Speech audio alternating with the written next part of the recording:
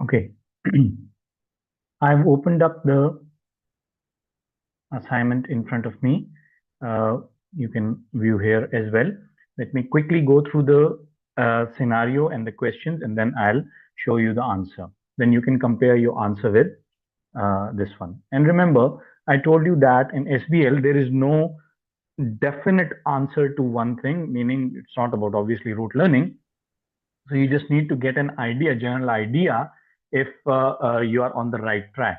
If somehow your answer is different than mine, then you can share it with me and I can later on discuss with you.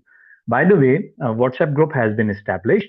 And when you are studying, if you have any questions or queries, you can also coordinate with me over the WhatsApp channel, WhatsApp group.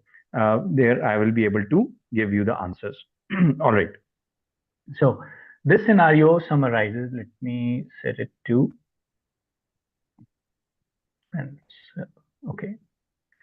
This scenario summarizes the development of a company called Rock Bottom through three phases, from its foundation in 1975 to 2018, when it ceased trading of the product they were selling. He invested in national press advertising, branding his shop as Rock Bottom, a name which specifically referred to his cheap prices. This was the main area, but also alluded the importance of rock music and its influence on the product sales. Hine developed a high public profile and enjoyed being unconventional. He encouraged the managers of the stores to be the same and rewarded individually with high salaries, generous bonus schemes, and autonomy. However, by the late 1990s, the profitability of the rock bottom shops had begun to decline. Yeah, the competitors using a similar approach had emerged, including specialist section in the large general stores. Hine himself became a less flamboyant in order to satisfy the banks who provided the finances. Okay. Stage 2 or Phase 2. In 1999, Hine floated the company on the country stock exchange, meaning it became public. He used some of the capital raised to expand the business and sold shares to help them through a party of lifetime and to purchase expensive goods and gifts for his family.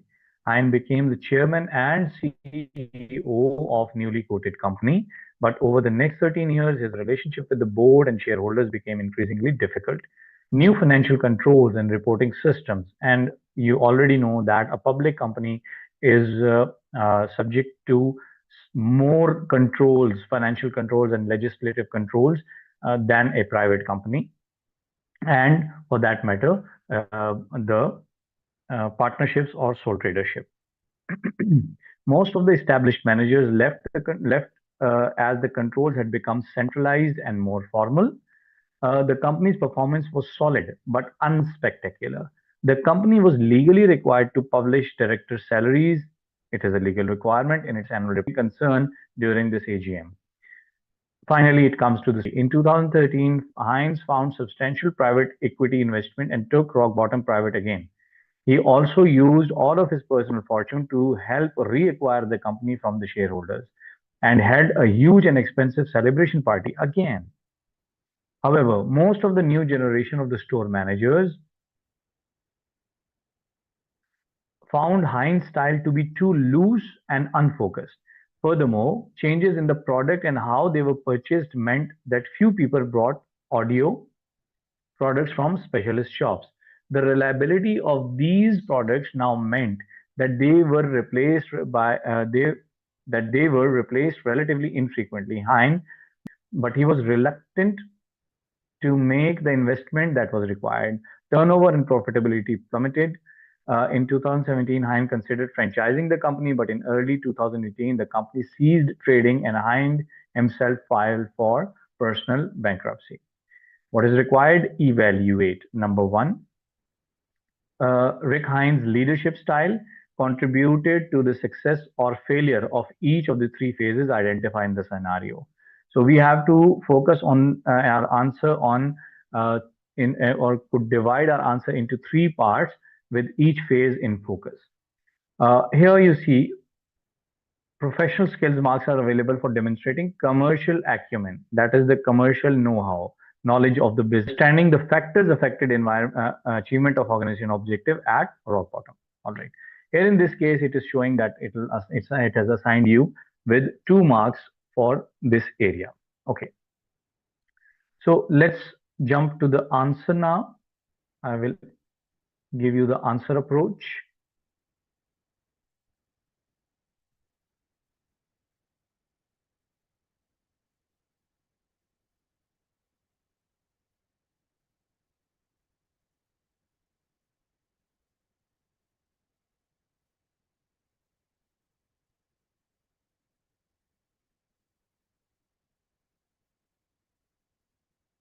Okay.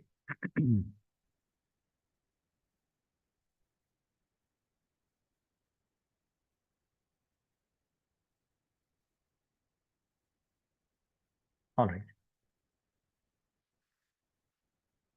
So you see, first point of difference is that usually in the paper, you will be asked to take a role, and you may be also asked to write your answer in a specific format. For example, you are a non-executive director, or you are a consultant, or you're an auditor, or you're a finance specialist, or you're a consultant, and then you have, we will come to those points later on. But at the moment, the question is more of a sort of a skills level paper, like you have to just write down. So the requirement is not requiring, that's why we are starting the answer like this. Otherwise, if it is a requirement that you have to use a certain format, then we will go to we'll first of all use that, and secondly, the starting initial points, initial sentences and closing lines, those will also be important. Here it is not a requirement, so we are just starting our answer with, like, we're focusing first on the phase one, induction and growth. At first, rock bottom offered a contrast to the department store. It imported products were more sophisticated and reliable than domestic equivalents. A background: the product were in the introduction and growth phase of their product life cycle, as was the store format.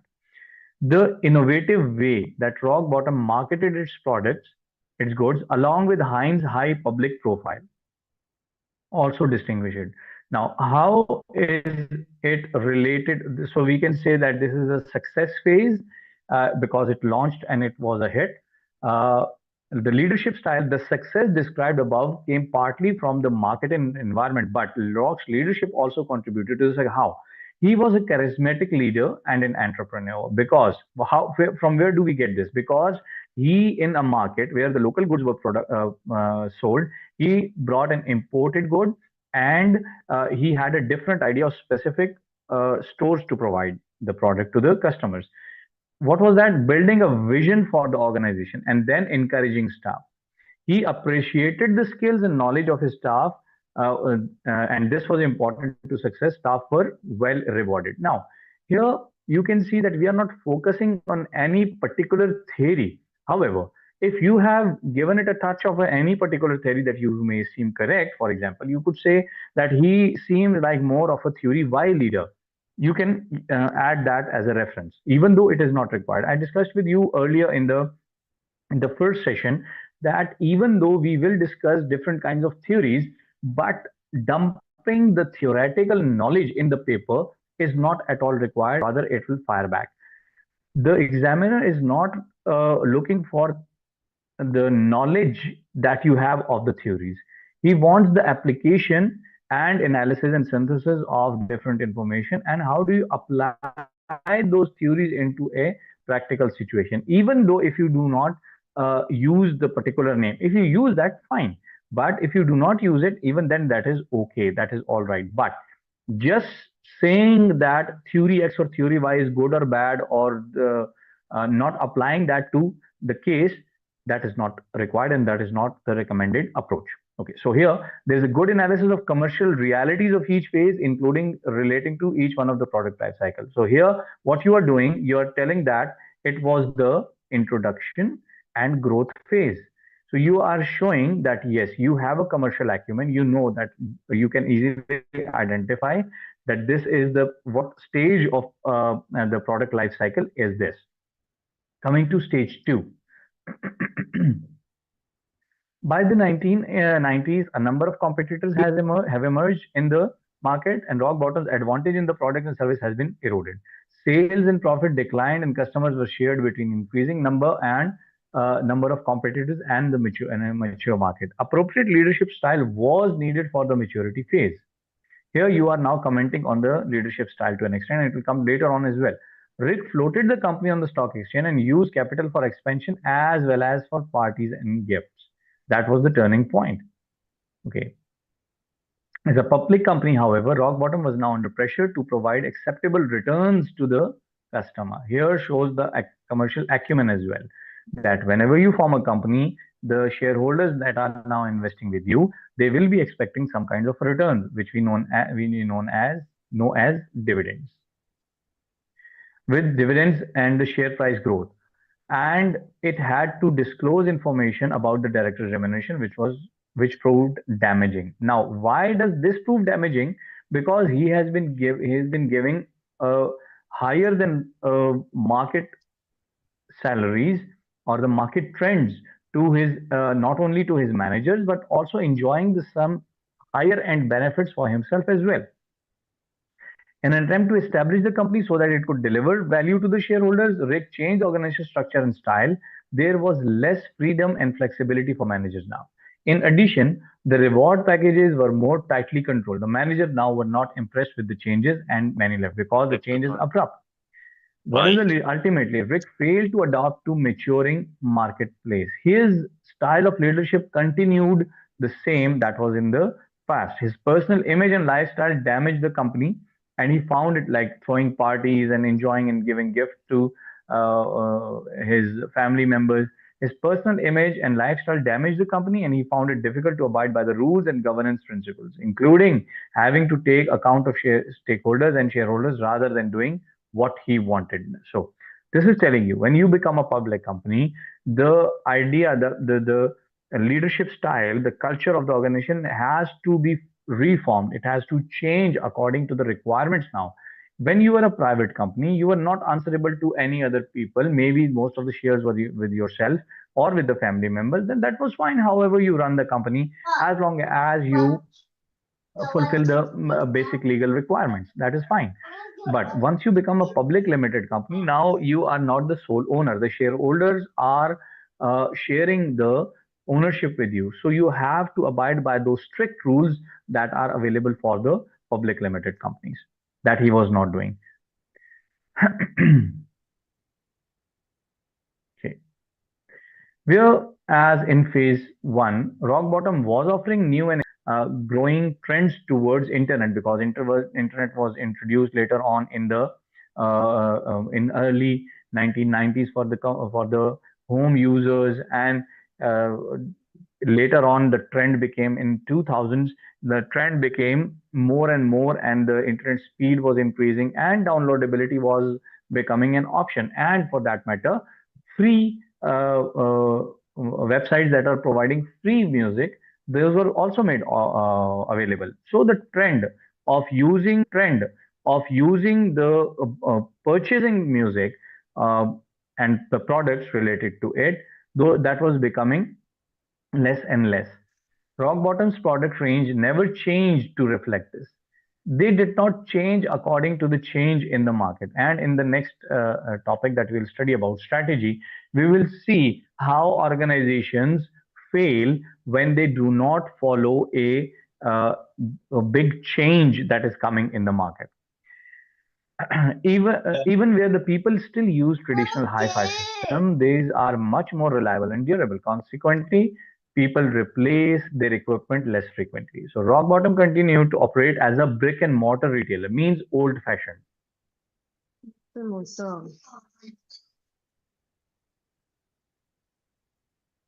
without developing an online capability. And when he did, it was too late. The operating costs associated with a branch network as opposed to online meant that the rock bottom had no cost advantage over any competitors who did have an online presence. So you see, again, a commercial acumen that when you are operating online, very some of your cost, especially cost of the rental costs and the maintenance and security and safety, those are not required because now you have an online presence. Okay. The internet makes pricing more transparent, allowing consumers to compare retailers and products before deciding what and where to buy because they just have to sit at their desk and search the being sold and compare them.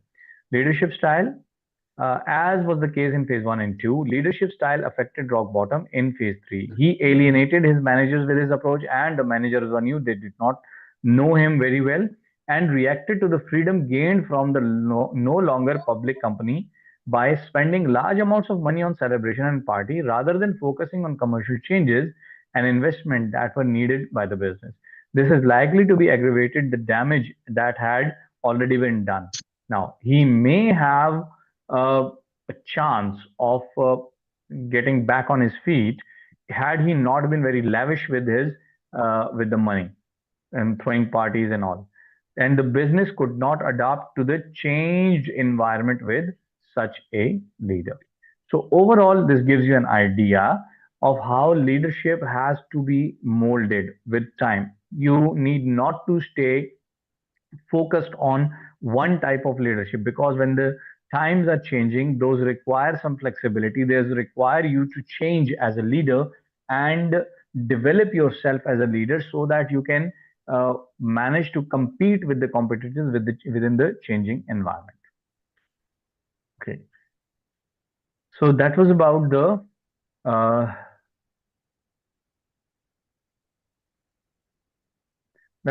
the assignment that was given in the last session.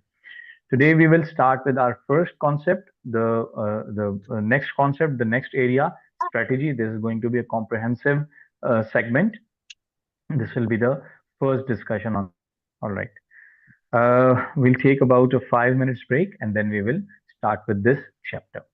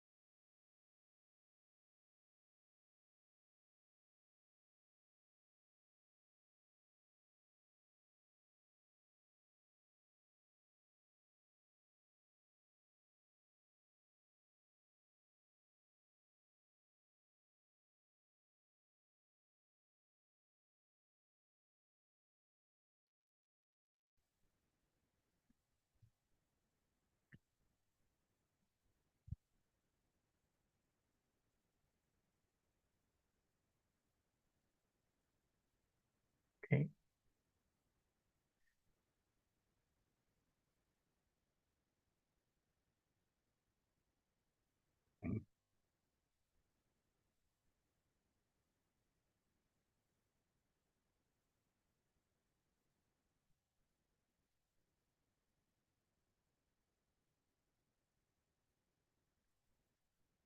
Okay. In this chapter, we will be learning some important vocabulary and some important concepts. We'll be discussing the level of strategy and level of strategic planning and how that impacts the lower level of organization, the fundamental nature of the strategic decisions, how the strategic decisions impact the whole organization and what nature do they have. The GSW model, that will be the basic, that is a basic framework around which the whole content of our syllabus is revolving. The GSW model has different functions that, like, we have three major areas. If we talk about strategy that we will be discussing, is the first we understand what is strategy, then we talk about strategic analysis, strategic choice, and then strategic implementation. These are the three basic areas around which the whole, or rather, the main chunk of our course will be revolving around. Okay, then we will also study about the strategic drift and its implications. Like I explained a while back, I hinted you a while back that we will be discussing about how the organization should react and be aware and should react to the changes that are going on in the environment, and how do they affect our organization. That will be discussed in this area. Okay. So first of all, what do we mean when we say strategic planning? It is a pattern of activities that seeks to achieve objectives of the organization and adapts its scope, resources, and operation to environmental changes in the long term. Now, here the pattern of activities means that there needs to be a certain level of consistency. When you're working at a strategic level, you have to think thoroughly before implementing a change, before implementing any decisions. It is not advised and it is not beneficial if you have implemented a decision and with the initial results you're not very satisfied and you quickly jump back and make another strategic change. So the strategic change, it is the very nature of the strategic change, that it will take time to show its results. So whenever there is a strategic plan, it needs time, it needs consistency in development. That is why we say the long term. It is not something we discussed about a in the short term. Like, if the strategy is to be implemented, its results will take time. You cannot say that I need the results today or tomorrow or day after. No, it will take time, may even take years. Okay, strategic planning can also be known as the long-term planning or corporate planning. Consider the long term, for example, the time horizon about 5 years or beyond. That is the general rule of thumb for a strategic planning to show its results. And it will consider the whole organization. It will not be related to one department or definitely not to single individuals. It covers the whole organization. For example, the long-term direction of Apple, the manufacturer of iPhones, was from manufacturer of user-friendly desktop computers to producers of long-range portable devices. For example, iPhone. So that the start of the of Apple, we can see, is it was renowned for desktop computers, Mac, etc. But later on, its direction changed, its strategy changed, and now it is known for portable devices, iPhones, iPads, iMacs, or portable laptops, etc. So, and the seller of music and other content. In the middle stage, you can say, when there was MP3 players, small devices. I don't know if your generation is familiar with that or not, because nowadays everything is available in the mobile phones. But in those times, in the earlier times when I was young, we had first of all, we had stereos and we had cassettes in which we had music, and we used to put them in and later on, but those were not portable. You could not use them anywhere. They were placed in our homes, stereo systems or music systems. Later on, they developed a product with the name Walkman. Walkman was like a music system in which that cassette would be played. It had a magnetic tape in it, and you could use battery cells with it. The chargeability option was not available in those times. Sometimes it was, so you could use that, and you had speakers with headphones with it. Later on, but it was not digital.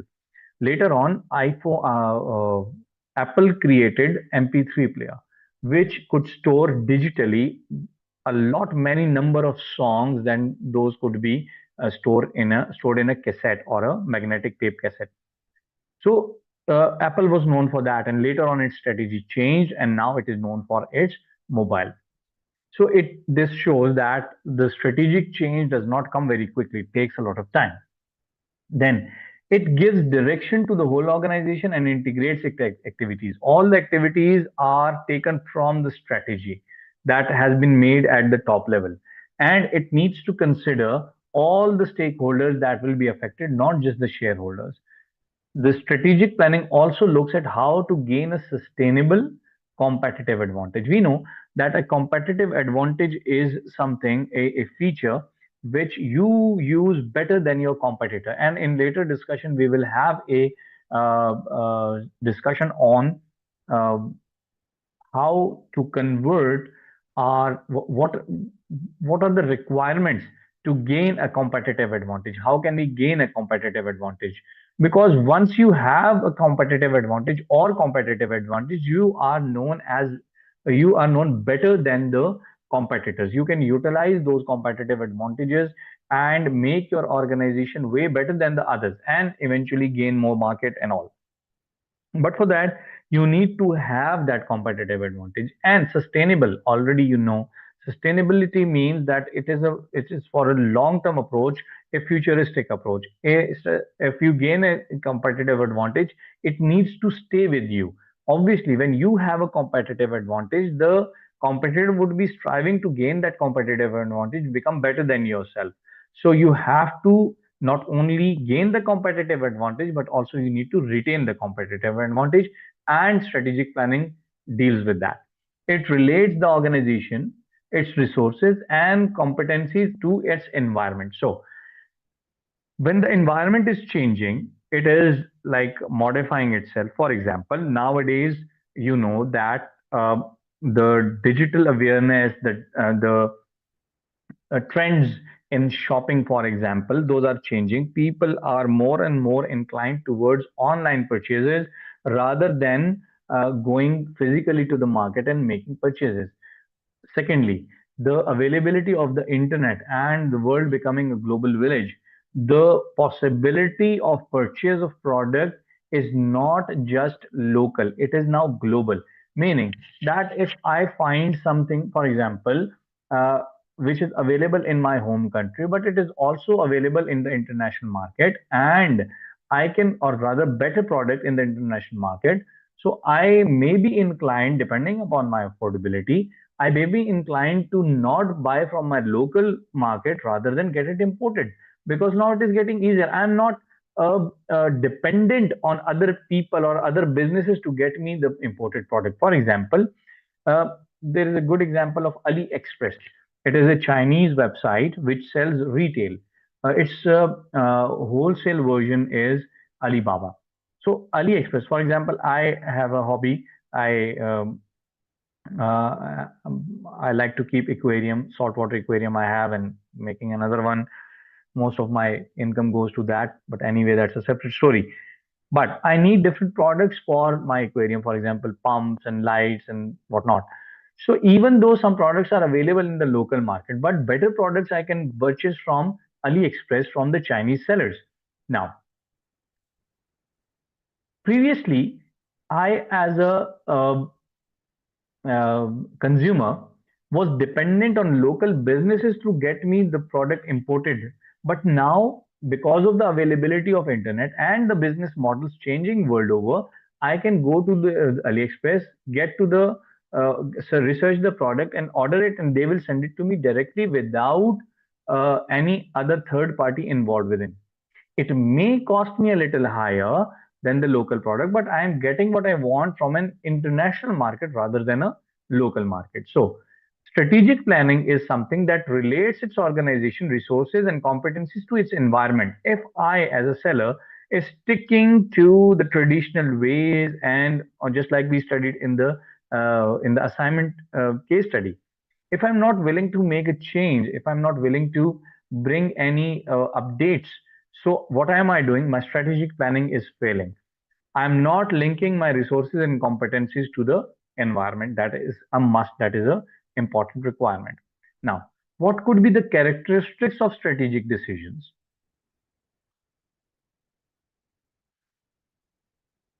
The long-term direction. They set a long-term direction for. They create a vision for the organization. Where do we? And sorry, they come from the vision of the organization, where the owners see themselves in long term, 10 years, 20 years, maybe achieving some advantage for the organization. For example, competitive advantage for most commercial organizations, it is very, very important. If you need to stay ahead of your competition, you need to have more than one competitive edges or competitive advantages, so that if he can get one, you have others and you are still ahead of him.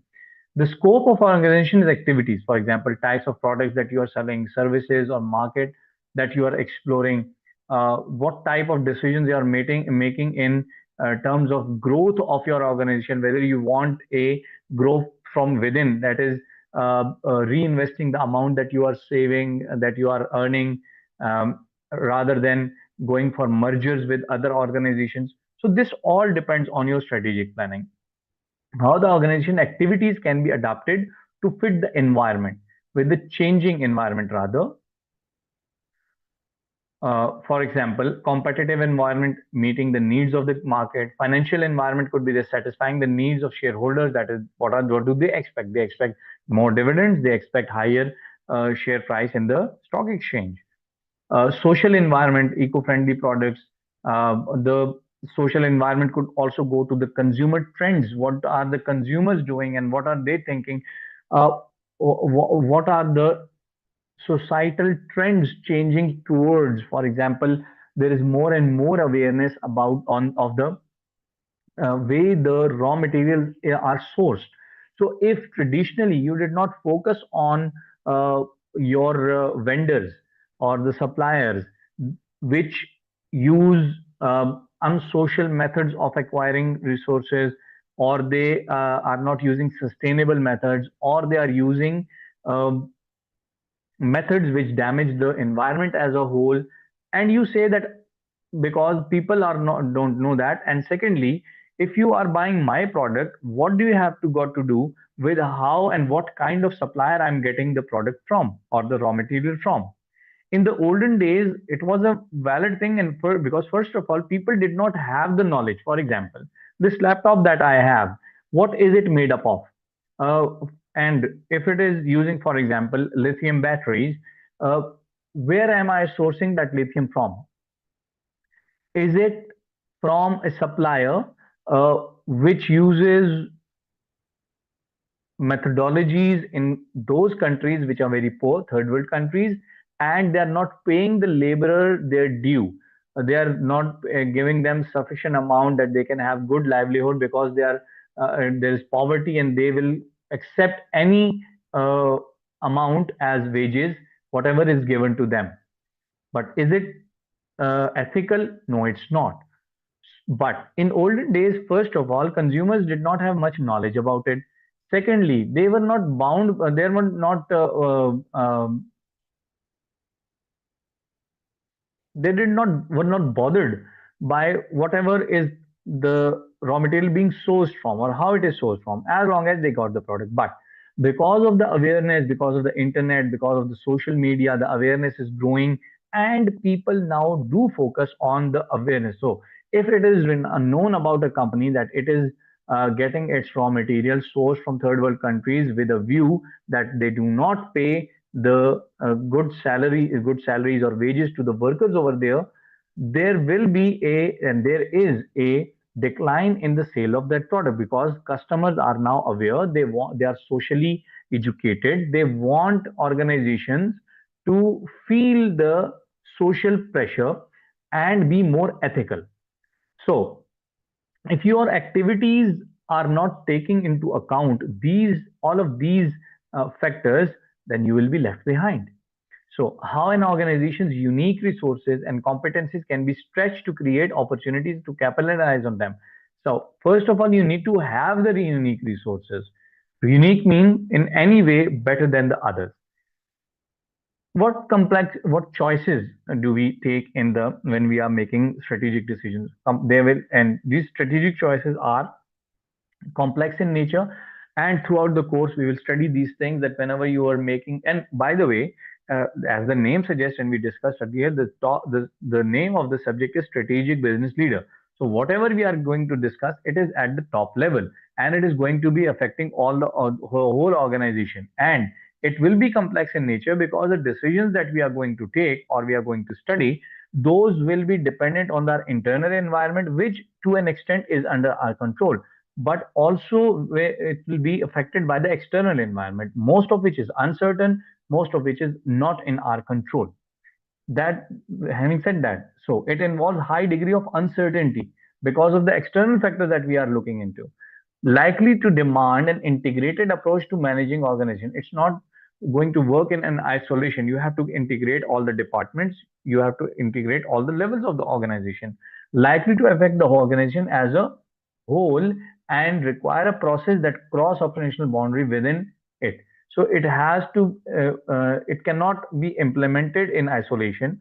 You have to take all the factors that affect the organization into account, likely to involve major changes. And this is very, very important because we will be studying how the change can be brought within the organization. So you see, Apple, when they shifted from making the personal computers, the desktop computers, to iPhone, they would have made great many changes in the production, in the marketing, in everything, and importantly, in the thought process of the employees and managers and all, that we are changing with the changing environment. So this is not an easy task. It requires perseverance, it requires planning, and step by step we will be studying these.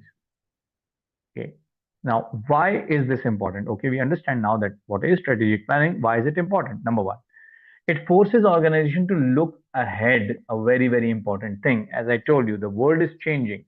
Now, world has always been changing. The business has always been changing from the earlier times till now. What has changed is the pace of change. Now the changes are very, very quick. I'll just give you an example. When I was studying in school and college, in our summer break time, there was a trend, and usually summer break is about 2 to 3 months. So the normal trend was, we as students did not waste our time. We used to get enrolled in some kind of computer courses. For example, 3 months computer course, and we used to learn some software because your generation, you are very much savvy with the computers. You know, you have the mobile phones and all. When we were young, the computers were new to us. We did not know much about computers. So we had to go to, and obviously YouTube and these learning resources were not there. Internet was very, very slow at that time, and it was very, very expensive as well. So we used to go to different academies, we used to go to different schools, you may say, to learn different softwares. Now, it may seem funny to you. We used to take classes to know how to use MS Word or Excel or PowerPoint for that matter. So they had course. So in all those 3 months, we used to learn different commands, how to make, write, make adjustments, editing, everything in these softwares. Then there were programming softwares and all that. But now, what has changed? Everything is available to you at the palm of your hand. You can Google it, Google everything. You can, if you want to learn a new software, you just have to install the software, go to YouTube, search it, and it will give you step by step guidance on how to operate that software. You do not need to go to those academies. Now, imagine being the owner of that academy, if you do not anticipate the change that is coming and you do not change accordingly, what will happen? You will be gone. You will be no more because no students there. So it forces the organization to look ahead, improve fit with the environment, and when you look ahead and your organization, then you can be a good fit within the organization. It also helps because when making strategic, when we are planning strategically, we have to look at our resources, analyze them, which resources are good, which we do not have, which resources are obsolete that we need to get rid of. So you focus more on your resources and make better use of them. Then it gives you a direction, a vision. Where do you want to go? Where do you see yourself in next few years? And in addition to that, it also helps monitor the progress. It does not let you go that, okay, fine, that is the direction, go ahead, move on. No, you will have to keep on checking your progress time to time. And this is part of the strategic planning, that it not only gives you the target, it also gives you the direction, and it also gives you the ways to evaluate your performance and ensures goal congruence, meaning that if you have planned strategy in a better way, in a nice way, in a good way, then when you implement it, everyone within the organization from the top level to the operational level, they will know what is to be done, and they will have a collective goal of the betterment of the organization, and in this way you will be able to implement the strategy better. That will create a goal congruence. Obviously, when we there are two sides of the coin. When there is when we discuss advantages, strategic planning also has its disadvantages. So it can have very time consuming and very expensive because you are going to make changes which you need to get stuck with for a longer period of time, 2 years, 3 years, maybe 10 years, because you have to shift the whole organization to that, to a new perspective. Uh, it needs time, and this can be very expensive in terms of the times of the manager and collection of resources, research, analysis. All of these will cost you. It may be difficult in rapidly changing market. A very, very important and a delicate point. You see, if a market is very quickly changing, another idea, a link to the example that I gave you. In those days, whenever there was a new software, it was there for about 2 to 3 years, meaning the new software that would replace this one would not come for next 2 to 3 years because of the slow pace of development and things. So if I learned a software or I teach a software, I learn it myself, and if I start teaching it, I'm sure that I can teach it for next 2 to 3 years because there is no competition. Nowadays, every next day, let alone a week or a month, every next day a new software is emerging. So it may be sometimes very difficult to keep up with those changes, because in order to compete with the competitors in the changing market, you have to change. But if the change is very quick itself, how often can you change? And once you change, you need to have a quick impact, quick reflection, quick results. But when you get the results, by that time a new change is there, and then you have to change again. So that becomes very, very cumbersome. That becomes very, very difficult. Now, sometimes the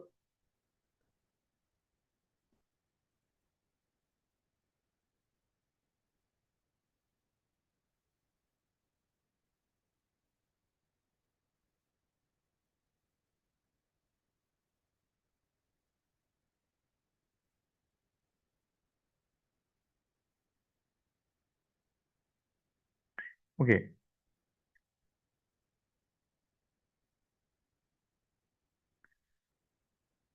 sometimes when you see, this is the very nature of the strategic planning, and it is required as well that when you make a strategic plan and when you implement it, you have to stick to it. You have to look for the results which will come in the long run. But it may also become a straitjacket. Now, when you have made a decision and you are focusing on that, you do not look right or left.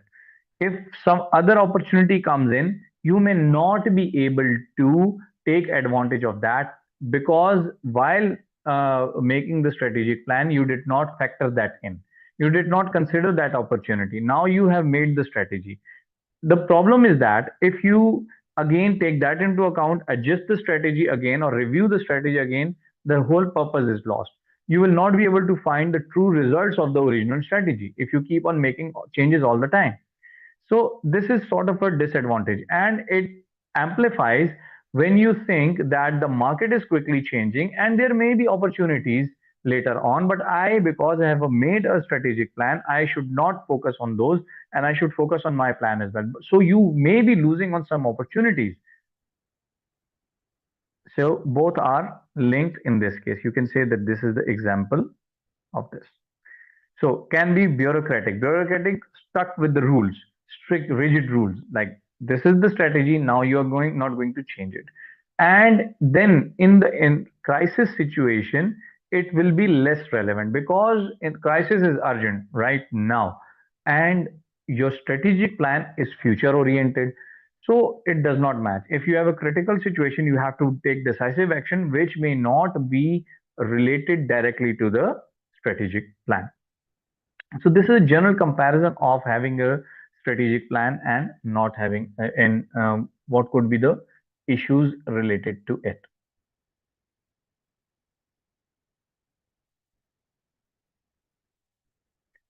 Okay,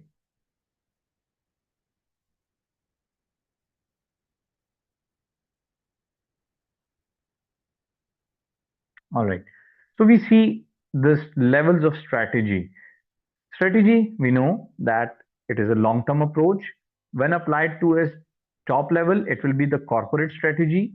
Then it is converted into the business strategy, and then it is converted into the functional strategy. So how it goes? Corporate strategy is the highest level of strategy in the organization. It defines overall direction of the organization in the high level plans of how strategy will be achieved and how resources will be allocated throughout the organization, usually documented in a strategic plan. This strategic plan we will be discussing later on. The corporate strategy is usually created by the board of directors and key management, which is then translated into business strategy. It sits underneath the corporate strategy, meaning it is not something on its own. It is in the light of the main corporate strategy. Excuse me. Until sorry, that each business unit. Now, if it is a multinational organization, for example, which has different SBUs, so the board makes a general strategy, the corporate strategy, and each SBU will follow the strategy and make its own strategy. If it is a single organization, that can be applied to the departments as well. So each business unit will adopt to contribute to the overall corporate strategy. So once this is achieved, it will contribute back to the achievement of the corporate strategy. Now, business unit strategy is usually created by the middle management within each business unit. Then we go to the functional strategy. It sits underneath the business strategy or unit strategy. It is effectively day-to-day strategies and activities that being, or you can say the operational strategies, how to achieve the wider corporate business objectives. So we can use it like that. So should another range of shops be established, this would be a corporate strategy. Now, if yes, how will the company beat the rivals and gain market share? This could be individual business unit or in SBU's strategy. How will suitable premises be found and fitted out for new range of shops?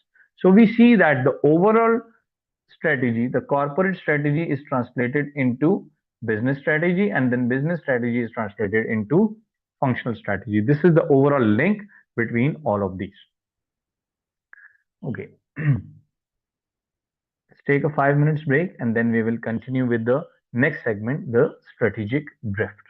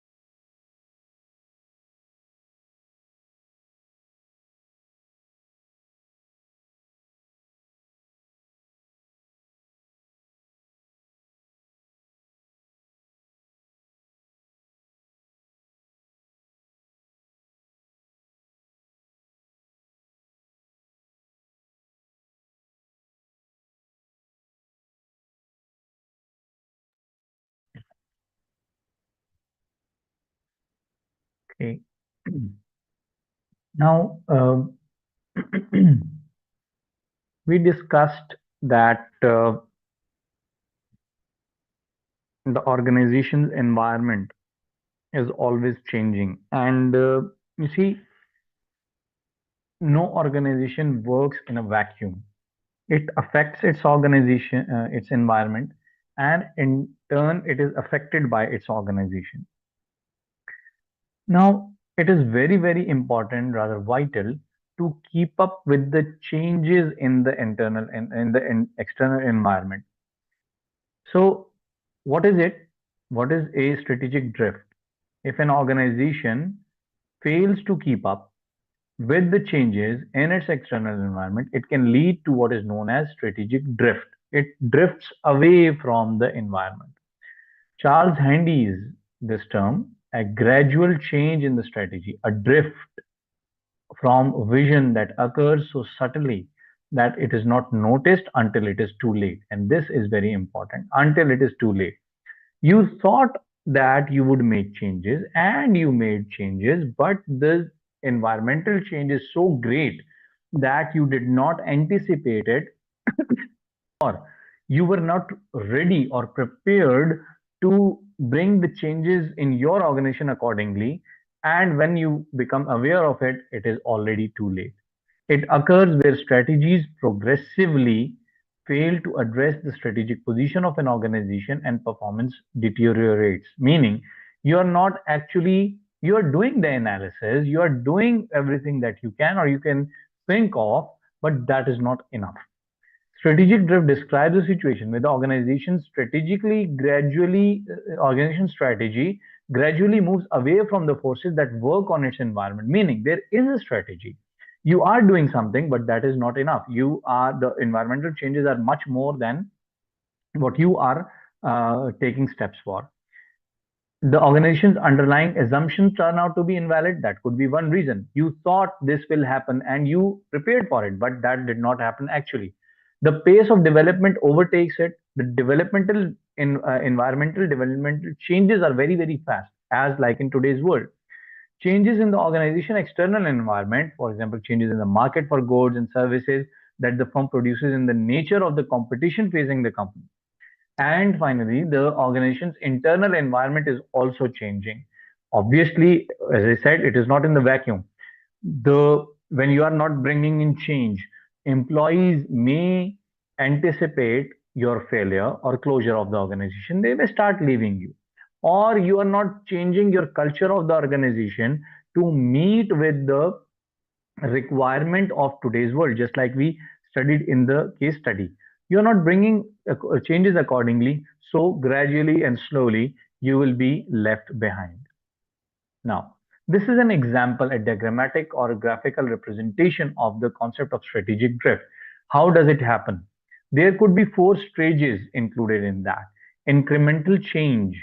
What happens in this stage? Okay. The organization takes a series of logical incremental steps that were put part of its plan to change ahead of market and develop a competitive advantage. No problem. You were thinking of the changes and you were bringing small baby step changes in your organization, which shows like this. You moved and then you improved, then moved and improved, and that's what you're doing. But look at the change, actual change in the market, actual change in the environment, the blue line. Now, here from this point onwards, we see that the change is greater than what your incremental steps are. This is the strategic drift. The rate of change in the marketplace speeds up, and the firm's incremental approach is not enough to maintain its advantage, and it starts to be left behind. Now, when you go further, the speed of change in the market is way higher than your incremental changes. Here, the flux stage. The managers may seek, obviously unsuccessfully, to extend the market for their business, but may assume that it will be similar to the existing market. That is the basic idea. You are bringing new ideas, but your major concern is that the our market is not changing very quickly, but it is.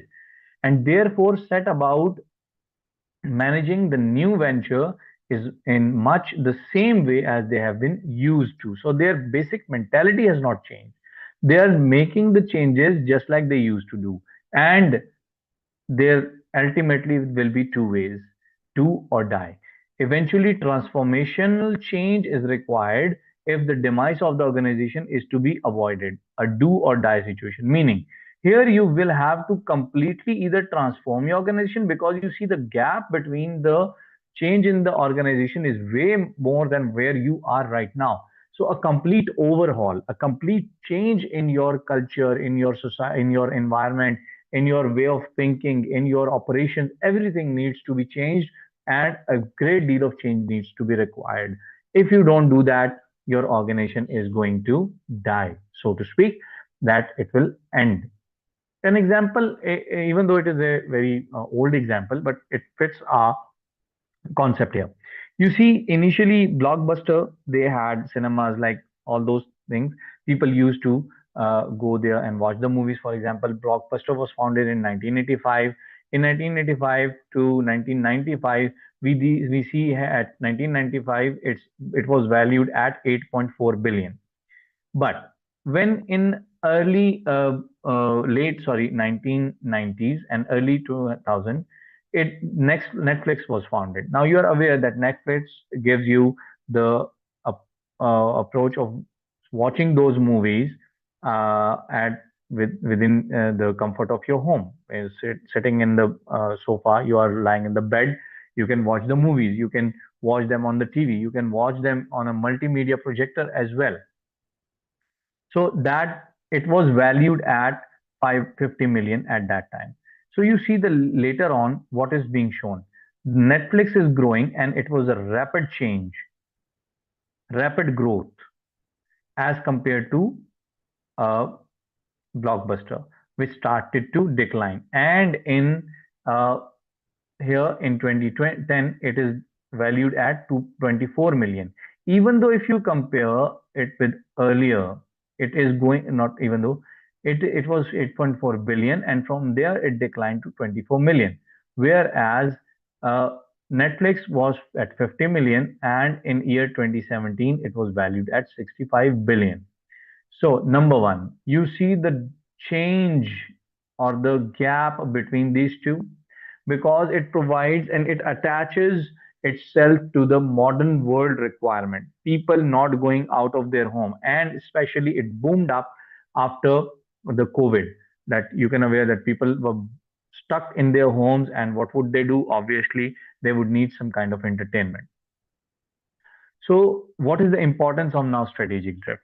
It can be identified if a strategic drift can be identified in early stage. For example, here it is going to start a strategic drift, and you have visionary people. They understand the situation within this area. It can be taken to realign the strategy with the environment, and so to avoid phase three and four. These two. So if you make these changes right here where the gap is less, it is better rather than waiting for this time where you need to have the transformational changes. It is therefore vital that the strategic managers analyze the environment in which their organization operate. This is the first time we are using this word analysis, first phase that we are using, the analysis stage. If appropriate, strategic options are identified and match the changes in environment. This is should avoid the risk of strategic drift. If phase 4 is reached, even if a successful transformation is implemented, significant staff redundancy may be required. You see, the olden ways may not go with the modern ways. The change is way higher. So you will have to remove some of the staff and get new ones, and much of the shareholders' wealth is likely to have been destroyed by that time because this is much of a risk where uh, you may have lost a lot by this time. In practice, many organizations do not realize that the strategic dip is occurring until financial performance declines dramatically. So by that time, you have suffered a lot of loss already, and it becomes very, very difficult to transform the whole organization because to transform, you need to incur a lot of expenses. So it is a double problem for you, so to speak. Now, the question may arise how we could avoid the strategic drift in this case.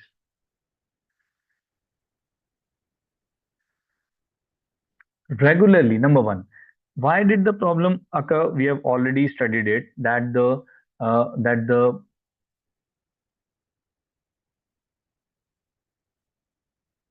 managers who had this responsibility, they were focusing more on the traditional ways. So the first thing is that regularly assess its environment, both in its current state and expected future state for changes. That is the first requirement. Two, it has to be has flexible system for reacting to those changes.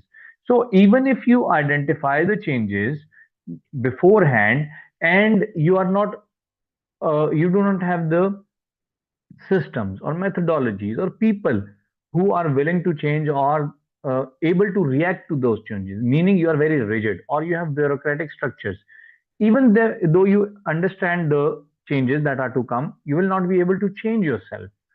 Break down the barriers to change by having an organization culture that successfully copes with the change. Very, very important. And towards the later parts of our course, we will discuss how the organization cultural can be changed.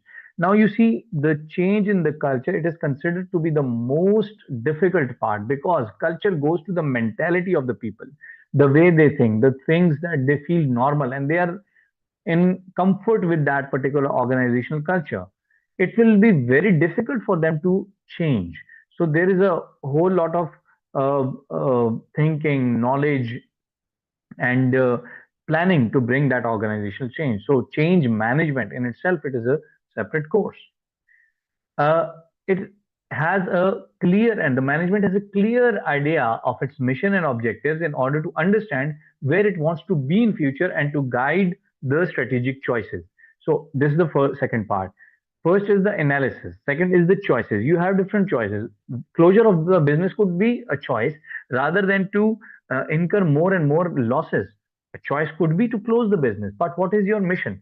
What is your vision for the future? Where do you want your organization to be? So that is also very important. Uh, has strong leaders who are willing and able. Two very, very important things. Suppose you're willing and you're not able, you don't have the capabilities, you do not have the experience, you do not have the skill, you will not be able to bring those changes. And if you are able but not willing, you are happy with the old ways, even then you will not be able to do that to make the changes to the organization and direction and strategy.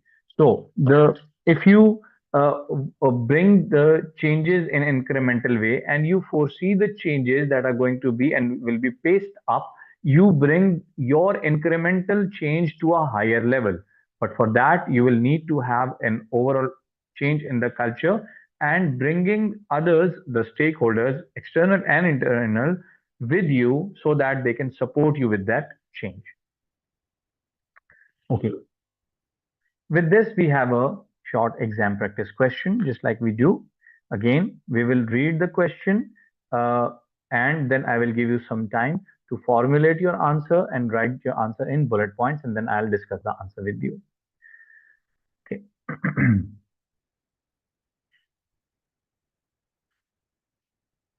Future Tech Innovations is a renowned technology company that has been at the forefront of software development for over 2 decades. Established in late 1990s, FTI quickly rose to prominence due to its cutting-edge software solutions tailored for the businesses. So they make tailor-made or custom-made software. However, in recent years, the company had experienced a noticeable decline in its market position and profitability. Initially, FTI's success was driven by its ability to anticipate the market needs and deliver the innovative products ahead of the competitors. The company maintained a strong customer base and enjoyed consistent growth. However, in the last 5 years, FTI's performance has stagnated. Despite the rapid revolution or evolution of technological sector, the company appears to be struggling to adapt to its strategy accordingly. There have been several observable shifts within the company that raise the concern about its strategic direction. The leadership at FTI has remained largely unchanged for over a decade, potentially leading to a lack of fresh perspective.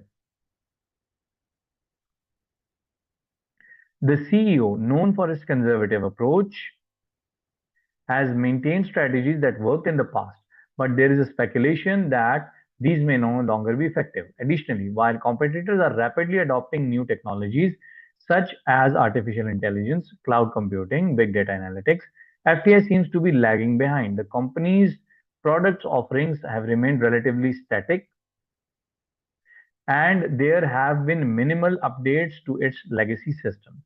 Reports suggest that R&D department, which was one of the hub of innovation, has experienced budget constraints, potentially hindering its ability to develop new solutions. Furthermore, FTI's marketing strategies have not evolved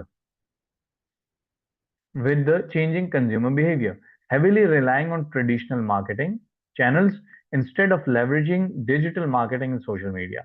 These internal dynamics appear to have be impacting FTI's financial performance. Over the past 3 years, the company has reported decline in revenue and shrinking market share.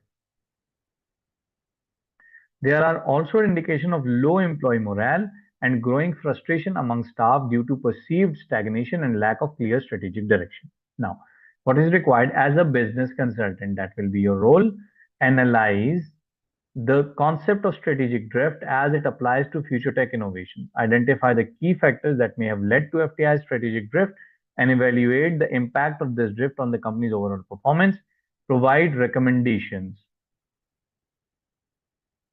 on how FTI can realign its strategy to regain its competitive edge and prevent future strategic drift.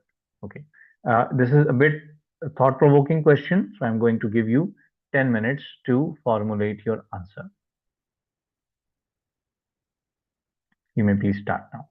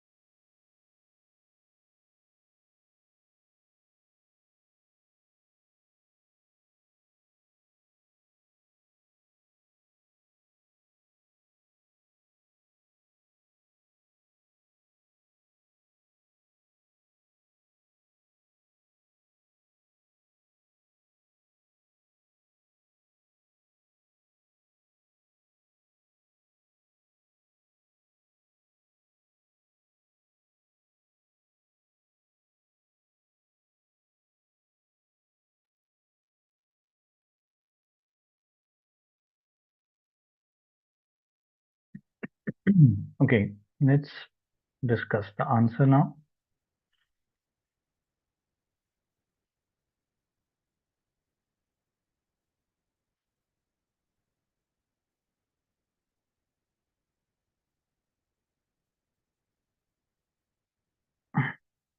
Okay, so a brief introduction. A strategic drift occurs when an organization fails to keep pace with the changes in the external environment, leading to the gradual decline in its strategic alignment and performance. In analyzing future tech innovations, several potential factors contributed to the strategic drift. So we are going the headlines. Leadership stagnation. The unchanged leadership over the past decades may have resulted in a lack of new ideas and perspectives. The conservative approach of CEO likely created a culture of complacency, where innovation is not prioritized and risk taking is discouraged. So they are just happy with the way they are. They're not going to take any risk, and hence uncertain. They are trying to avoid the uncertainty, and they do not want to change themselves. Technological lag. FTI appears slow in adapting emerging technologies such as AI, cloud computing, and big data analytics. This lag has potentially prevented the company from developing new competitive products, leaving it reliant on outdated legacy systems, which are not being updated, and hence they are left behind from the competitors. Inadequate research and development investment. We see that budgets are required for every development, and those have been cut down. That is giving an issue. Reports of budget constraints and the R&D development suggests that innovation has been stifled. Without insufficient investment in research and development, FTI is likely to struggle to keep up with the technological advancement and market demands. Outdated marketing strategies. FTI's reliance on traditional marketing channels likely limits reach to a younger, more digitally engaged audience, which are more concerned with this. The failure to leverage digital marketing and social media has likely hindered its ability to attract and retain customers. The impact of strategic drift on FTI is evident in its declining revenues, shrinking market share, and low employee morale. So these three factors are there. The company's inability to adapt to changes in external environment is likely resulted in the loss of competitive edge and financial performance. Now, what the second part, your recommendations to realign the strategy and regain its competitive advantage. What should it do? Number one, revitalize the leadership. You see, the when you have diagnosed the issue, told the problem, then you have to one by one address and tell them how. Introduce new leadership with fresh perspective and willingness to embrace a change. This could involve appointing new executive directors or encouraging existing leaders to adopt more innovative approaches. If it seems unlikely, some of them may have to leave and new executive directors will have to be taken on board. Embrace technological advancement. Invest in emerging technologies such as AI, cloud computing, big data analytics. This will enable FTI to develop new competitive products and services to meet the current market. So you taking one by one the same diagnosed problems and addressing them.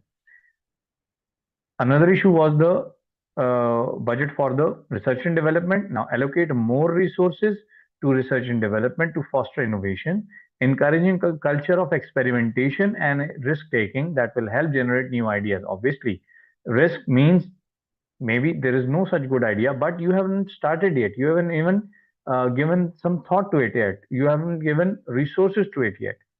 Modernize the marketing strategies, shift focus for to digital marketing and social media to engage the younger tech savvy audience. This will help FBI reach the broader customer base and enhance brand visibility.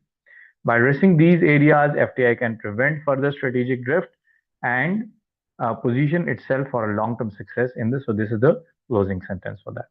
All right. Now, what is the approach to strategy? We now know that yes, it is all important. There will be problems, but we have to do it. Why should we do it? Because it will affect our long-term success and survival. More importantly, we know that there could be a strategic drift, and today's environment where almost no business is um, um, safe from the effects of fast-moving technological changes. Every business gets affected by this because research and development is being done in every type of for every type of industry. So it is going to affect all the organizations sooner or later. In some industries may be slower, some industry may be higher. The pace would be higher, but they will affect. So we have to be prepared to bring those ourselves to compare with those changes. So for that, we will have to have a good strategic plan. We will study the GSW model here, and in today's lecture, we will be discussing the broad idea of what is GSW Johnson Shoals and Whittington model. And in later sessions, we will be implementing this model in detail. So, what is it? This recognizes interdependencies between the three elements of strategic planning, that is, the analysis, decision or choice, and implementation. It argues that this system, this model, argues that strategic planning can begin at any point. So it could be trial and error. For the sake of understanding, we started from the analysis stage. Firms might decide they will launch an internet sales division without first carrying out an analysis or choosing how the new strategy might compete. They may start with implementation first. Once the division has put into action, when the decision is put into action, it might become clearer about what its position is relative to the rivals, and then you can formulate the new strategy. Obviously, it may be a little risky because you would have implemented a decision and incurred some costs on it that may be successful, that may not be successful. So, better idea is to start with the analysis stage. Now, step-by-step comparison of these. What is the GSW model? The environment, competitors, markets, regulations, discoveries, helping identify the opportunities and threats. So later on, we will be studying, and you are familiar with it, the SWOT analysis and the other different kinds of analysis we will be conducting with different theories. The strategic capability of the organization is checked, that is the resources and competencies, helping identify strengths and weaknesses, the culture, beliefs, and assumptions of the organization. Because you see, we said that we would need to change the culture of the organization. Without understanding the culture, it is way too risky to may bring a change to it. Obviously, you do not understand the culture. How would you bring the change to it to your benefit? So it is very important to first analyze it, and after that, you can take steps to bring changes to it wherever the parts of the culture needs to be changed, or the culture as a whole. The expectations and powers of stakeholders. What do the shareholders want? Will the employees cooperate when you are bringing the change? So all of these are very important and need to be analyzed. Once that is done, then you can move on to the strategic choices. From your analysis, you will get different choices. You will have to take a decision. This one is to be chosen, this one is to be left. Generation of strategic options, growth, acquisition, diversification, concentration. These could be different ideas, different choices with you.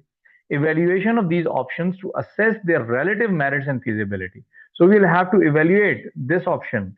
These are the pros, these are the cons. This is the overall benefit short run. This is the overall benefit long run. These are the costs that will be incurred. These are the problems that this will have. So we will have a complete detailed discussion on the choices. Then selection of the strategy or the option that the organization will pursue now. Now, so out of four options, we have selected one particular option, and now we are going to implement that. So when it comes to implementation, organizing or structuring or restructuring, for example, should the organization be split into different divisions? How the autonomy should be? How autonomous should the divisions be? Now we have choice. We are going to make these decisions, but while implementing, again we have to take certain choices as well. But those will be under the main choice that we already, or main decision that we have already taken. Establishing an organization's resources should support the chosen strategy. For example, appropriate human resources and non-current assets should be acquired to support that decision. Managing change. Most strategic planning and implementation will involve change. So managing change in particular employees' fears and resistance is very, very crucial. So this actually is giving you a highlight or a framework of our next few sessions, where we'll be discussing in detail the strategic analysis. For example, in the next two sessions, this will be our focus. We will be studying different kinds of analyses, how we can assess our organization internally, externally, what are the factors that are affecting on the organization, how do we what are the analytical situations, the financial analysis, the non-financial analysis, all of this we discuss. Then we will go to the strategic choice, and that we will be discussing different possibilities or options that we have and how to choose those one of those options. And in implementation, we'll be discussing how those options will be implemented. Okay. Just like previous, let's have a chapter review. The options are in front of you. Choose a given option and let me know the answer in the chat section.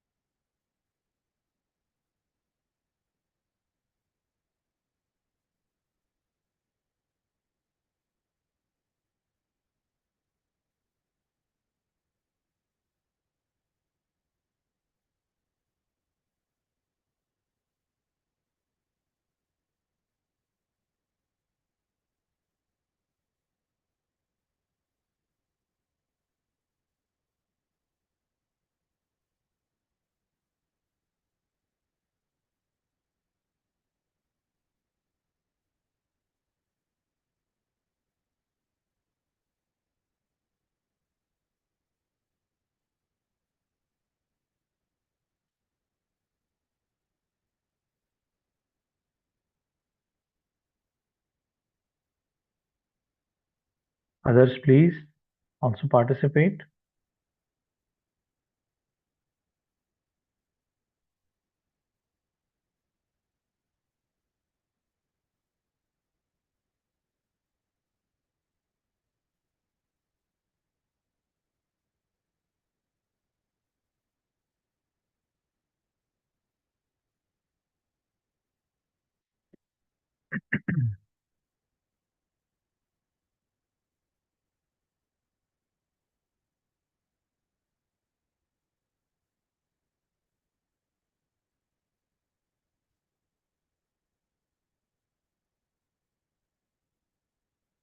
Okay. You see the first one. Yes, thank you. The first one and the third one, these are more of a corporate level. Determine the overall scope and direction of corporation. And this one, developing competitive advantage. When we say developing competitive advantage, this is not specific to one particular business unit. This is for the whole organization. Even though that will be in one particular unit. For example, you have a very strong research and development. You have a very strong IT section, IT department, but the overall objective of developing it will be our corporate objectives. See, within specific market and industry to outperform rivals. That hints you towards the corporate objective. And last one is the operational or the lower level operational procedure, day-to-day processes. Okay, next one.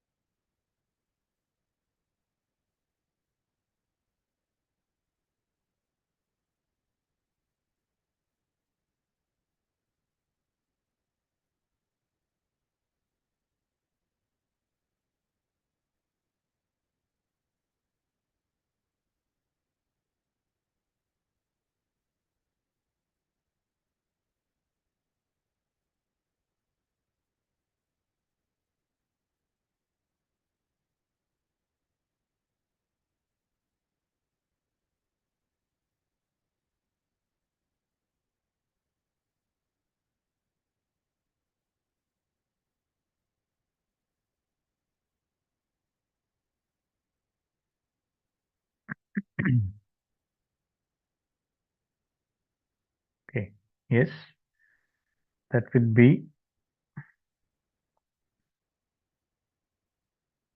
B.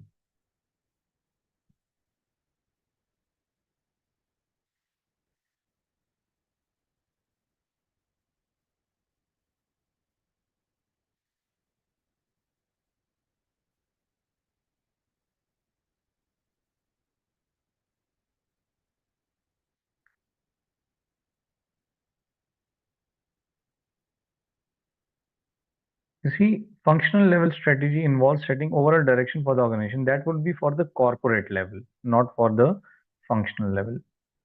The rest of you are correct. This one, please.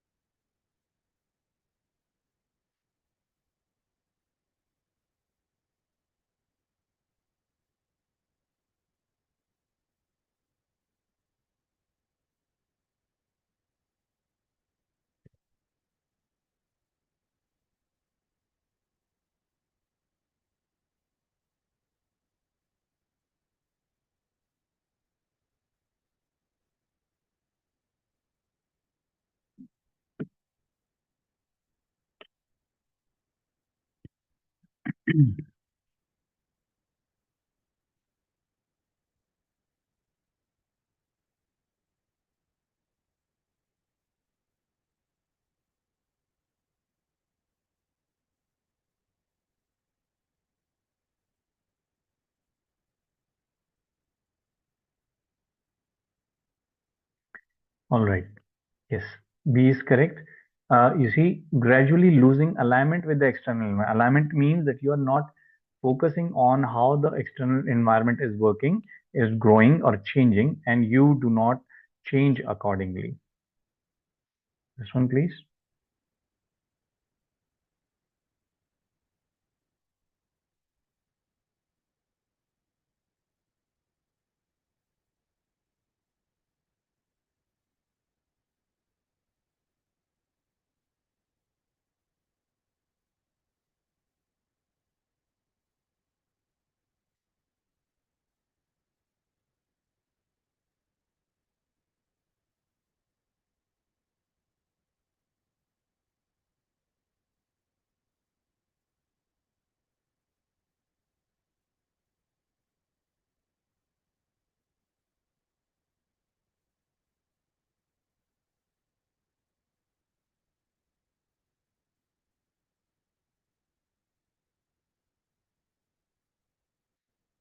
Good job, people.